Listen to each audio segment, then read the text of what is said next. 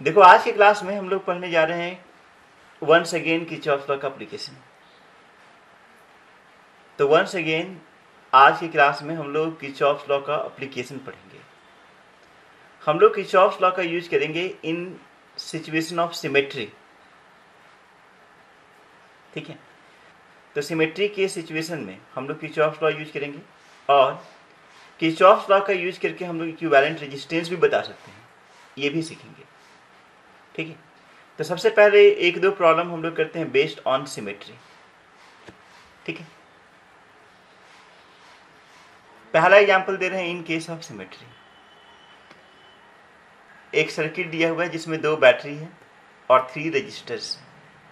ठीक है, इसमें एक चीज फोकस करो कि लेफ्ट वाले ब्रांच में जो रजिस्टर और जो बैटरी है सेम ही रजिस्टर और सेम ही बैटरी राइट वाले ब्रांच में भी है। ठीक, हम बोलना ये चाह रहे हैं कि लेफ्ट वाले ब्रांच में जितना रेजिस्टेंस है और बैटरी का जितना ईएमएफ है, राइट वाले ब्रांच में भी उतना ही रेजिस्टेंस है और उतना ही बैटरी का ईएमएफ है। ठीक है, तो हम बोल सकते हैं कि this line is the line of symmetry. तो this circuit is a symmetric circuit और यहाँ पे जो लाइन ऑफ सिमेट्री है वो 10 ओम से पास कर रहा होगा। अब अगर हम ये डिसाइड कर चुके हैं कि दिस इज सिमेट्रिक फिगर, ठीक है, तो मान लो कि लेफ्ट वाले ब्रांच में करंट है I। ठीक है, तो हम तुरंत बता सकते हैं कि जो राइट मोस्ट ब्रांच है उसमें भी करंट होगा I। ठीक है, अब ये बताओ कि मिडिल 10 ओम रजिस्टर में करंट कितना होना चाहिए यूजिंग KCL। क्या होना चाहिए बताओ, और किस डायरेक्शन में होना चाहिए? 2i होगा। हाँ 2i होगा, और किधर होगा? सर अप से डाउन, डाउनवर्ड होगा। ठीक है, हाँ तो करंट होगा 2i और किधर होगा? डाउनवर्ड डायरेक्शन में होगा। देखो लेफ्ट वाले ब्रांच में करंट है I, ठीक है, और राइट वाले ब्रांच में भी करंट है I। दोनों इस जंक्शन पे मीट किया। ठीक है, तो यहाँ पे टोटल इनकमिंग करंट हुआ 2i, तो टोटल आउटगोइंग करंट कितना होना चाहिए? 2i होना चाहिए। अब हम कुछ नेमिंग कर देते हैं। मान लो इस पॉइंट का नाम A है, इस पॉइंट का नाम B है, इसका नाम C है, इसका नाम D है। अब कोई भी लूप सिलेक्ट कर लो। तो हम लोग ऐसा किए कि लूप ABCA सिलेक्ट कर लिए, ठीक है, और उसमें KVL लगा दिए। तो applying KVL in loop ABCA we get, देखो A से B से C से A तक जा रहे हैं, तो पहले A से B मूव करेंगे। A से B में हम करंट के अपोजिट डायरेक्शन में जा रहे हैं। करंट के अपोजिट साइड में जा रहे हैं तो IR पॉजिटिव होगा। I है 2i, R है 10। ठीक है, तो 2i इंटू 10 कितना हो गया? 20i, और ये पॉजिटिव मिला। फिर हम B से C तक चले। B से C में कुछ भी नहीं है। उसके बाद हम लोग C से A तक जा रहे हैं। C से A में पहला एलिमेंट है 5 ओम का रजिस्टर, उसमें करंट I है और करंट के उल्टा साइड में जा रहे हैं, तो क्या मिलेगा? 5i मिलेगा। ठीक है, फिर हम बैटरी में चले। बैटरी में पॉजिटिव टर्मिनल से नेगेटिव टर्मिनल की तरफ जा रहे हैं, तो उसका पोटेंशियल तो -10 वोल्ट होगा। ठीक है, अब A तक आ गए। ठीक है, तो राइट साइड में क्या लिखेंगे? 0। तो 20i plus 5i, 25i equal to 10। Battery में पॉजिटिव से जा रहे हैं ना, पॉजिटिव टर्मिनल्स। पॉजिटिव से नेगेटिव में जा रहे हो तो क्या होगा सुजीत? सर करंट किधर जा रहा है? अरे करंट को गोली मारते हैं, बैटरी में करंट नहीं दिखते हैं। अच्छा अच्छा अच्छा, हाँ। करंट का डायरेक्शन किस में देखते हो? रजिस्टर में। हाँ सर, हाँ। बैटरी में सिर्फ पॉजिटिव नेगेटिव देखा जाता है। हाँ, तो आई की वैल्यू कितना मिला? 10/25। 10/25 मतलब कि 2/5 एम्पियर, जिसको बोल सकते हो 0.4 एम्पियर। ठीक है, करंट पॉजिटिव आ गया मतलब हम डायरेक्शन सही लिए हैं। वैसे डायरेक्शन हम देख के ही दिए थे। ठीक है, तो हम बोल सकते हैं कि ब्रांच ACB में करंट है 0.4 एम्पियर, ब्रांच AD में भी करंट है 0.4 एम्पियर, और ब्रांच AB में करंट कितना होगा? तो 2 टाइम्स I, मतलब 2 × 0.4 मतलब 0.8 एम्पियर। किस साइड में? डाउनवर्ड डायरेक्शन में। ठीक है, तो बड़ा इजी क्वेश्चन था, इसमें कुछ तो था नहीं। नेक्स्ट प्रॉब्लम देखो, इसके बाद हम लोग पढ़ने जा रहे हैं calculation of equivalent resistance using KCL and KVL। ठीक है, तो किरचॉफ्स लॉ का यूज करके हम लोग इक्विवेलेंट रेजिस्टेंस भी बता सकते हैं। ठीक है, इसको हम एक एग्जाम्पल से क्लियर कर रहे हैं। एग्जाम्पल में ऐसा दिया हुआ है कि there is a wire frame जिसमें 12 रजिस्टर्स है और सबका इक्वल रेजिस्टेंस है। ठीक है, and you have to calculate equivalent resistance between A and B। You have to calculate equivalent resistance between A and B। ठीक है, यूजिंग किरचॉफ्स लॉ। ये बोल दिया कि किरचॉफ्स लॉ का ही यूज करना है, ऐसे दूसरे तरीके से भी हम लोग कैलकुलेट कर सकते हैं। ठीक है, तो अगर इस तरह का प्रॉब्लम हो जिसमें सिर्फ रजिस्टर्स हो और इक्विवेलेंट रेजिस्टेंस निकालने बोले, तो ऐसा करो कि जिस 2 पॉइंट के बीच में इक्विवेलेंट रेजिस्टेंस निकालने बोला है, उस 2 पॉइंट के बीच में एक बैटरी कनेक्ट कर दो। ठीक है, तो पहला काम ये होगा कि पॉइंट A और पॉइंट B के बीच में एक बैटरी कनेक्ट कर दो अपने मर्जी से। ठीक है, तो हम लोग ऐसा कर रहे हैं कि एक बैटरी कनेक्ट कर रहे हैं बिटवीन A एंड B। ठीक है, तो इस तरह से हम लोग क्या किए, एक बैटरी कनेक्ट किए जिसका पोटेंशियल डिफरेंस क्या है, V है। तो इस तरह के क्वेश्चन में स्टेप 1 ये होगा, connect A battery of EMF V between points A and B। ठीक है, A एंड B क्या है, जिसके बिटवीन में हम लोग क्या बताना है, इक्विवेलेंट रेजिस्टेंस बताना है। ठीक है, तो A और B के बीच में क्या किए, एक बैटरी कनेक्ट कर दी। ठीक है, अब बैटरी कनेक्ट करने से फायदा क्या होगा, तो मान लो कि बैटरी करंट I सप्लाई कर रहे हैं। ठीक है, मान लो कि बैटरी कितना करंट सप्लाई कर रहा है, करंट I सप्लाई कर रहा है, और मान लो कि इक्विवेलेंट रेजिस्टेंस है R इक्विवेलेंट। ठीक है, तो ओम्स लॉ से हम लोग लिख सकते हैं V = I × R इक्विवेलेंट, खूब आराम से। ठीक है, तो R इक्विवेलेंट इक्वल टू क्या होगा, V/I होगा। तो इस क्वेश्चन में मेरा एम यही होगा कि V और I के बीच में रिलेशन निकाला जाए।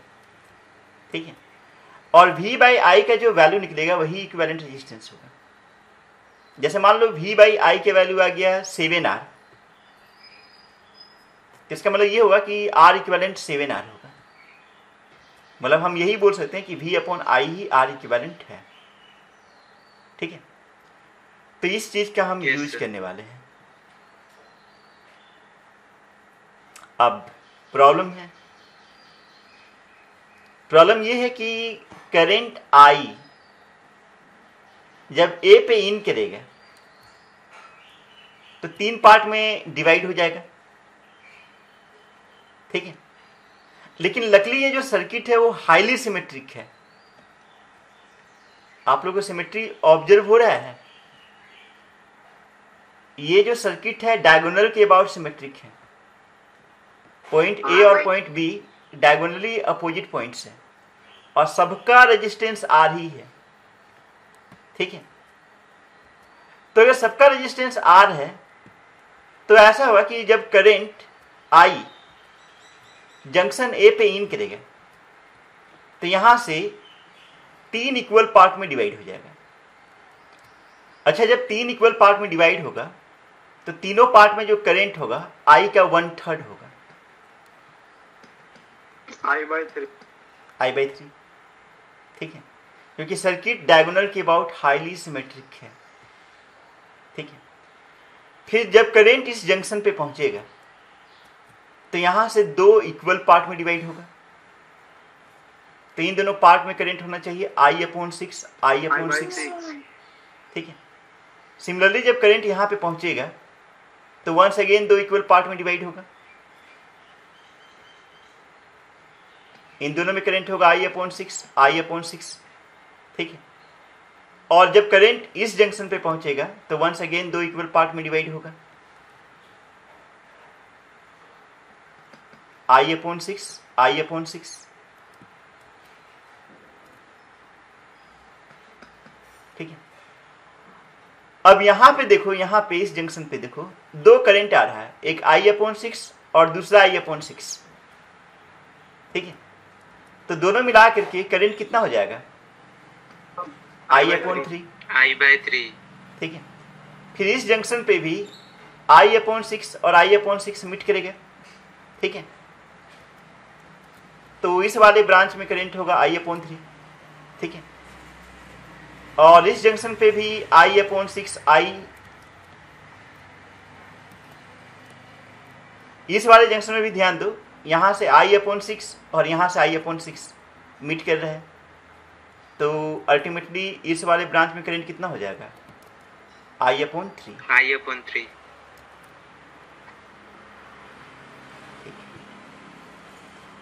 और लास्ट में जंक्शन बी पे I/3 मीट कर जाएगा और वो करंट क्या हो जाएगा? I होना भी चाहिए, ठीक है। तो अब हम लोग KCL लगा दिए, करंट डिस्ट्रीब्यूट कर दिए, मतलब ये कौन सा लॉ हुआ? KCL हुआ, ठीक है। अब KVL यूज करेंगे। KVL के लिए हम एक ऐसा लूप सिलेक्ट करेंगे जिसमें ये बैटरी भी आए, ठीक है। तो हम लोग ऐसा करते हैं कि कुछ नेमिंग कर देते हैं। इस पॉइंट का नाम दिए C, इस पॉइंट का नाम दिए D। अब हम लोग ऐसा करें कि एक लूप सिलेक्ट करेंगे। लूप तो बहुत सारा हो सकता है यहाँ पे, तो हम ये श्योर करेंगे कि एक ऐसा लूप सिलेक्ट किया जाए जिसमें बैटरी भी आए। बैटरी आए उसका रीजन ये है कि हम लोग को फाइनली V/I चाहिए, ठीक है। तो V/I चाहने के लिए बैटरी चाहिए, ठीक है। तो बैटरी वाला एक लूप कंसीडर करेंगे। तो हम एक लूप ले लिए ACDBEA, ठीक है। तो लूप कौन सा कंसीडर कर रहे हैं? ACDBEA,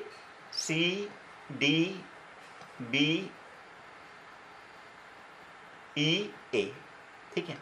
और इसमें KVL लगाएं। तो पहले हम A से C तक जा रहे हैं। A से C में हम करंट के डायरेक्शन में जा रहे हैं, तो रजिस्टर का पोटेंशियल डिफरेंस नेगेटिव होगा। तो करंट है I/3, रेजिस्टेंस है R, तो -IR/3, ठीक है। इसके बाद हम C से D चलेंगे। C से D में करंट है I/6 और करंट के डायरेक्शन में ही हम जा रहे हैं, तो उसका पोटेंशियल डिफरेंस क्या लिखेंगे? -IR/6। फिर हम लोग B से D तक जा रहे हैं और वंस अगेन हम लोग करंट के डायरेक्शन में जा रहे हैं। तो अगर हम करंट के डायरेक्शन में जा रहे हैं तो उसका पोटेंशियल डिफरेंस क्या होगा? -IR/3, ठीक है। फिर B से E से होते हुए A तक आ रहे हैं, ठीक है। तो इसमें बस एक ही करंट एलिमेंट है, वो है बैटरी, ठीक है। बैटरी में पोटेंशियल डिफरेंस बताने के लिए सुजीत करंट का डायरेक्शन देखते हैं या फिर नेगेटिव और पॉजिटिव टर्मिनल देखते हैं? नेगेटिव पॉजिटिव टर्मिनल देखते हैं। तो हम लोग नेगेटिव से पॉजिटिव टर्मिनल की तरफ जा रहे हैं। तो बैटरी का पोटेंशियल डिफरेंस पॉजिटिव लोगे या नेगेटिव लोगे? Positive sir. पॉजिटिव लोगे, ठीक है। तो पॉजिटिव भी लिखें, ठीक है। अल्टीमेटली ए पे आ चुके हैं, ठीक है। राइट साइड में क्या होगा? 0। अब इसको सॉल्व कर लो। तो V इक्वल टू क्या होगा? LCM लेने के बाद में 6, 2 1 2 5 5IR/6। तो V/I क्या मिलेगा? 5R/6, ठीक है। और V/I जो है वही तो R इक्विवेलेंट है, ठीक है। और ये R इक्विवेलेंट है RAB। तो इसे हम बोल सकते हैं RAB की वैल्यू क्या होगा? 5R/6, ठीक है। और बाय वाले बच्चे इस रिजल्ट को याद कर लो। हाँ, जेई वाले बच्चे भी याद कर सकते हो, ठीक है। इस रिजल्ट को याद रख लो, ठीक है।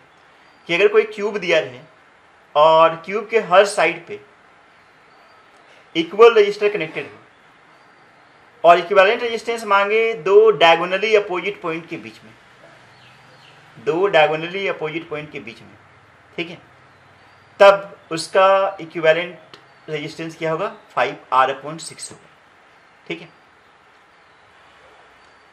चलो इसमें कुछ और चीज हम डिस्कस करते हैं, कुछ और चीज डिस्कस करते हैं। हम कुछ नेमिंग कर दे रहे हैं। इस पॉइंट का नाम दे दिए F G H I, सबका नेमिंग कर दिए। अच्छा, पॉइंट ए के रेस्पेक्ट में, पॉइंट ए के रेस्पेक्ट में point G, point F, point C symmetrically located है या फिर ऐसे ही है? ए के रिलेटिव में point G, point F, point C symmetrically located है। अच्छा, बी के रेस्पेक्ट में G F C symmetrically located है कि नहीं है? बी के रेस्पेक्ट में, बी के रेस्पेक्ट में हाँ सर, उसमें भी है, उसमें भी होगा।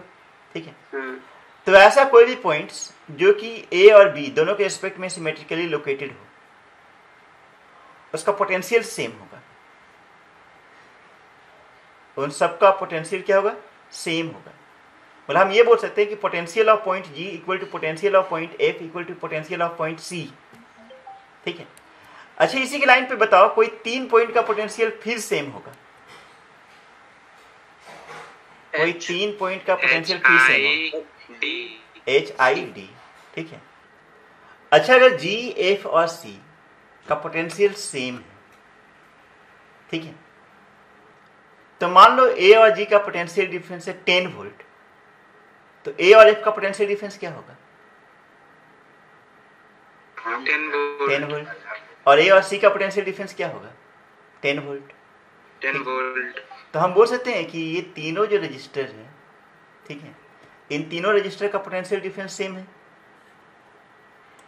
अगर पोटेंशियल डिफरेंस सेम है तो तीनों सीरीज में या पैरेलल में है? पैरेलल में। ठीक है, similarly point B H, point B I और पॉइंट बी डी के बीच का पोटेंशियल डिफरेंस सेम होगा, तो बोल सकते हैं ये तीनों जो रजिस्टर्स होगा वो आपस में क्या है? पैरेलल में। ठीक है, तो इस सर्किट को हम चाहे तो रीड्रॉ कर सकते हैं। रीड्रॉ कैसे कर सकते हैं वो समझो। तो ऐसा करो कि जी सी एफ को एक ही पॉइंट पे कनेक्ट कर दो, जी सी एफ को एक ही पे कनेक्ट कर दो। ठीक है, और ए से 3 रजिस्टर्स को ड्रॉ करो।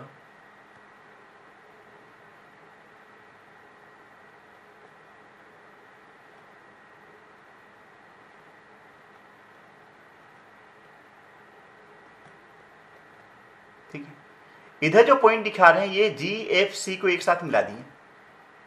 जी एफ सी को एक साथ इसलिए मिला दिए क्योंकि तीनों का पोटेंशियल सेम है। ठीक है, तीनों का पोटेंशियल क्या है? सेम है। अब बी की तरफ से बात करते हैं। बी की तरफ से पॉइंट ऑफ सिमेट्री कौन कौन है? एच, आई और डी। ठीक है, एच आई डी को एक साथ कनेक्ट कर दो, तो ये तीनों जो रजिस्टर्स होगा ये तीनों क्या होगा? पैरेलल में होगा।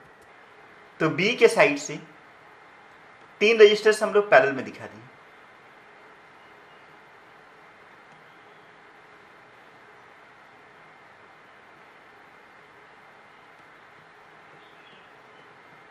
ठीक है, और यहां पे कौन कौन सा पॉइंट था? एच आई डी था, H I D.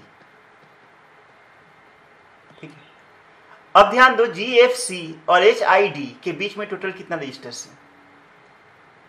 Ji F सी और एच आई डी के बीच में टोटल कितना रजिस्टेंस है? तो जी और एच के बीच में एक, जी और आई के बीच में एक। ठीक है, इसके बाद एच और एफ के बीच में एक। ठीक है, और एफ और डी के बीच में एक, फिर आई और सी के बीच में एक, आई और आर के बीच में तो एक हो ही गया, एक और कहीं पे होना चाहिए, टोटल 6 होना चाहिए।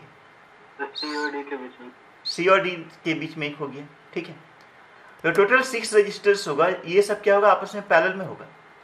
इन सबका पोटेंशियल डिफरेंस सेम होगा। ठीक है, तो जीएफसी और एचआईडी के बीच में टोटल 6 रजिस्टर्स होगा।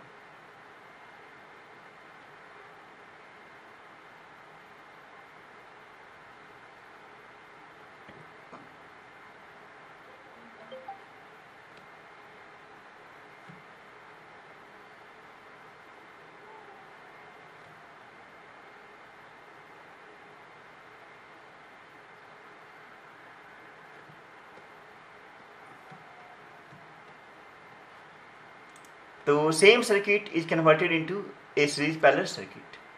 ठीक है, अब ए और इस पॉइंट के बीच का इक्विवेलेंट रेजिस्टेंस कितना होगा? R/3। ठीक है, इस पॉइंट और इस पॉइंट के बीच का इक्विवेलेंट रेजिस्टेंस कितना होगा? R/6।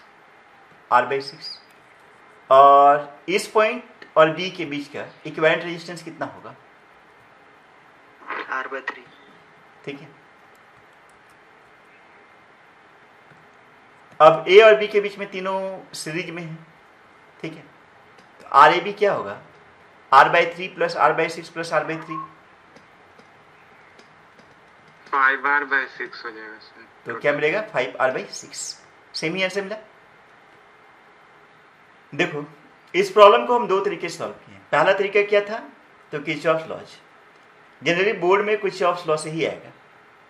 ठीक है, दूसरा तरीका क्या था? सीरीज और पैरेलल। बेसिकली सीरीज पैरेलल तभी लगा सकते हैं जब सिमेट्री रहेगा, अगर सिमेट्री नहीं रहेगा तो सीरीज पैरेलल नहीं हो पाएगा। सीरीज पैरेलल में हम ये देखें कि अगर दो या दो से ज़्यादा पॉइंट्स सिमेट्रिकली लोकेटेड है तो उनका पोटेंशियल क्या होगा? इक्वल होगा, और उसको हम एक साथ कनेक्ट कर सकते हैं। ठीक है, अब आगे बढ़ते हैं। Next problem, find RAB। Equivalent resistance बताना है अक्रॉस AB। ठीक है, चलो हम इसको सॉल्व करते हैं यूजिंग सिमेट्री। इसमें ध्यान दीजिए कि there are two line of symmetry. कौन कौन सा बताइए आप लोग? There are two lines of symmetry. Sir एक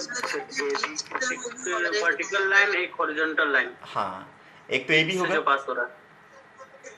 ठीक है, और दूसरा AB का परपेंडिकुलर बाइसेक्टर। LOS बोलने का मतलब हम क्या बोल रहे हैं? Line of symmetry. ठीक है, लाइन ऑफ सिमेट्री। ठीक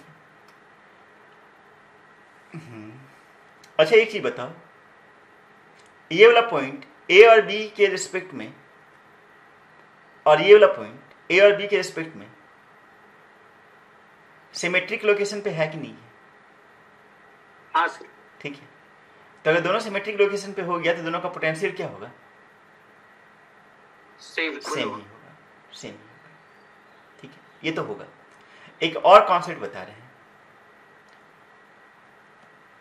इस लाइन पे हम लोग कोई भी दो पॉइंट सिलेक्ट कर सकते हैं। ठीक है, जो कि A और B के रिस्पेक्ट में सिमेट्रिकली लोकेटेड होगा। ठीक है, और एक्चुअल में ये जो लाइन ड्रॉ करके रखे हैं जो AB का परपेंडिकुलर है, इस पे एवरीवेयर पोटेंशियल सेम होगा। ठीक है, इस पे एवरीवेयर पोटेंशियल क्या होगा? सेम होगा। मतलब अगर कोई लाइन ऑफ सिमेट्री है A और B के रिस्पेक्ट में इस तरह का सिचुएशन में, तो उस पे पोटेंशियल एवरीवेयर सेम होगा। ठीक है, तो इस वाले लाइन पे पोटेंशियल एवरीवेयर सेम होगा, लेकिन AB पे पोटेंशियल एवरीवेयर सेम नहीं होगा। ठीक है सर, ये सब व्हीटस्टोन ब्रिज का कॉन्सेप्ट है क्या? व्हीटस्टोन ब्रिज में यही कॉन्सेप्ट हो सकते हैं। ठीक है, यूज हो सकते हैं। ठीक है, व्हीटस्टोन ब्रिज में क्या होता है कि यहाँ पे सर उसमें तो बीच में करंट ही नहीं होता ना। करंट नहीं होगा तो पोटेंशियल डिफरेंस क्या होगा?